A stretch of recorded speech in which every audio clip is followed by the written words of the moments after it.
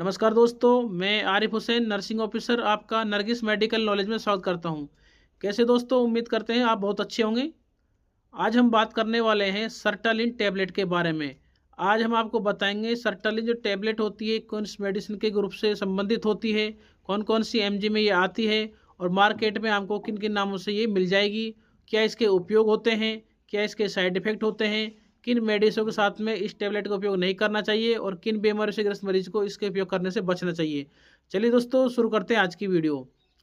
तो दोस्तों, जो सर्टालिन टैबलेट होती है ये SSRI नामक दवाओं के ग्रुप से संबंधित होती है, जिसका विस्तार से जो नाम है चयनात्मक सेरोटिन इन रिएप्टेक इनहिबिटर होता है। और दोस्तों, ये 25 mg, 50 mg और 100 mg में आपको मार्केट में आसानी से मिल जाएगी। और दोस्तों, अब बात कर लेते हैं किन किन ब्रांडों में आपको ये मिलती है। तो दोस्तों, इस सेरेटा नाम से भी आपको मिल जाएगी, डेक्सिड नाम से भी आपको मिल जाएगी, सेरेटा फाइन नाम से भी आपको मिल जाएगी, इसके अलावा सेरेटा मिट नाम से भी आपको मिल जाएगी, सेटमेक नाम से भी, आदि ब्रांडों के नाम से आपको ये दवाई मार्केट में आसानी से मिल जाएगी। लेकिन इसके अलावा और भी ब्रांड है जो आपको मार्केट में मिल जाएंगे, लेकिन दोस्तों सब में कंपोजिशन सेम ही होगा, सर्टालिन। दोस्तों, अब हम बात कर लेते हैं सर्टालिन जो टैबलेट होती है किन किन समस्याओं में इस टैबलेट का उपयोग किया जाता है। तो दोस्तों, जो इसका लाभ होता है डिप्रेशन, यदि किसी इंसान को लगातार उदासी रहती है, डिप्रेशन रहता है, किसी चीज़ में मन नहीं लग रहा है, खुशी मिलने के बाद वो स्ट्रेस में रहता है, तो इस चीज़ को हम डिप्रेशन कहते हैं। तो डिप्रेशन की समस्या में इस टैबलेट का काफ़ी अच्छा उपयोग होता है। इसके अलावा दोस्तों, फोबिया में इस टैबलेट का उपयोग होता है। फोबिया को बोलते हैं हम डरना, किसी चीज़ से डरना। जैसे कि मान लीजिए आप ट्रेन में सफ़र कर रहे हैं तो आपको ऐसा डर लगेगा कहीं ट्रेन पटरी से उतर ना जाए, या फिर किसी ऊंचाई पे आप जाते हो तो ऊंचाई से डर लगना, इस तरह के कुछ कहीं जाने से, कोई स्थान पे किसी वस्तु से डर लगने को ही फोबिया कहते हैं। तो फोबिया में भी इस टैबलेट को काफ़ी अच्छा माना जाता है इसका इलाज में। तो दोस्त इसके अलावा चिंता में भी इस टैबलेट का उपयोग किया जाता है। चिंता बोलते हैं एंजाइटी को।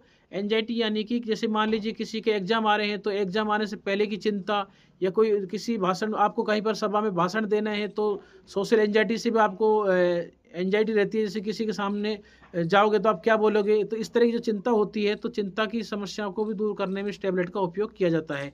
इसके अलावा ओसीडी की जो प्रॉब्लम होती है उसमें भी इस टैबलेट का उपयोग किया जाता है। ओसीडी का मतलब होता है दोस्तों, जैसे एक ही चीज़ को बार बार दोहराना, यानी कोई चीज़ आपके साथ घटना हो गई, उस घटना को बार बार याद करके आप नर्वस होना, तो उसको ओसीडी बोलते हैं। तो ओसीडी की समस्या में भी इस टैबलेट का काफ़ी अच्छा उपयोग है। इसके अलावा दोस्तों, पैनिक अटैक विकार में भी इस टैबलेट का उपयोग किया जाता है। पैनिक अटैक विकार उसको बोलते हैं, जैसे मान लीजिए अचानक आप कहीं पे भी बैठे हैं, अचानक से आपको एकदम पैनिक अटैक आया, उसमें आपको घबराहट बनेगी, बेचैनी बढ़ेगी, पसीना आने लग जाएगा, सांस लेने में दिक्कत आ जाएगी और आपको एक जगह बैठने में समस्या महसूस हो सकती है, तो इसको पैनिक अटैक बोला जाता है। तो पैनिक अटैक की जो समस्या होती है, उस समस्या को ख़त्म करने में भी इस टैबलेट का काफ़ी अच्छा रिजल्ट होता है। दोस्तों, इसके अलावा देखा जाए तो बच्चों में डिप्रेशन की जो समस्या होती है उसमें भी इस टैबलेट का उपयोग किया जाता है। और दोस्तों, पोस्ट जो ट्रेमेटिक स्ट्रेस डिसऑर्डर होता है उसमें भी इस टैबलेट का काफ़ी अच्छा रिजल्ट होता है।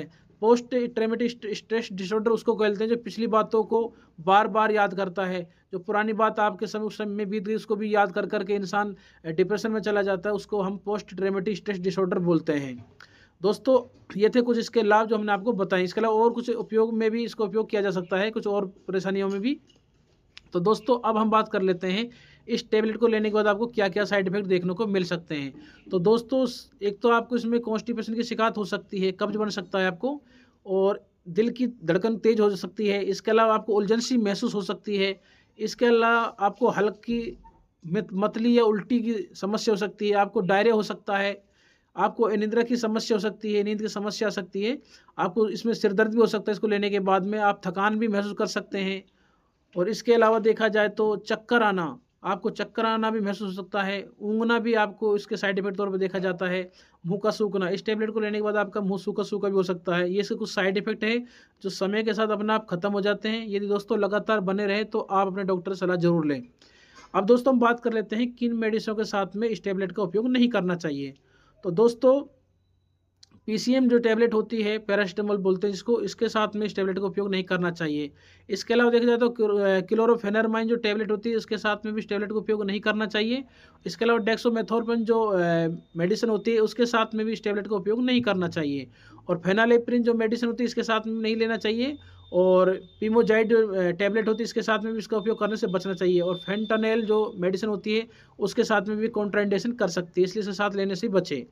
दोस्तों, अब हम बात कर लेते हैं किन किन बीमारियों से ग्रस्त मरीज को इस टेबलेट से बचना चाहिए उपयोग से। तो दोस्तों यदि आपको आत्महत्या के विचार आते हैं पहले से ही, तो इस टेबलेट के उपयोग करने से बचना चाहिए। इसके अलावा दोस्तों यदि आपको पहले से हृदय रोग की कोई परेशानी है, बीमारी है, तो हृदय रोग मरीज को भी इस टेबलेट का उपयोग करने से बचना चाहिए, उसे भी इसको इग्नोर करना चाहिए। अगर किसी को पहले से कोई लीवर की समस्या है, लीवर की बीमारी से पीड़ित है, तो लीवर की समस्या वाले पेशेंट को भी इस टेबलेट के उपयोग से बचना चाहिए। इसके अलावा बाइपोलर डिसऑर्डर जो होता है उसमें भी इस टेबलेट का उपयोग नहीं करना चाहिए। तो दोस्तों ये थी आज की वीडियो में कुछ छोटी जानकारी। कैसी लगी आपको? यदि अच्छी लगे तो लाइक करें, शेयर करें, कमेंट करें, और चैनल पे पहली बार आए हैं तो चैनल को सब्सक्राइब जरूर करें, जिससे हमको मोटिवेशन मिलता रहे। आज की वीडियो में दोस्तों इतना ही। जय हिंद, जय भारत।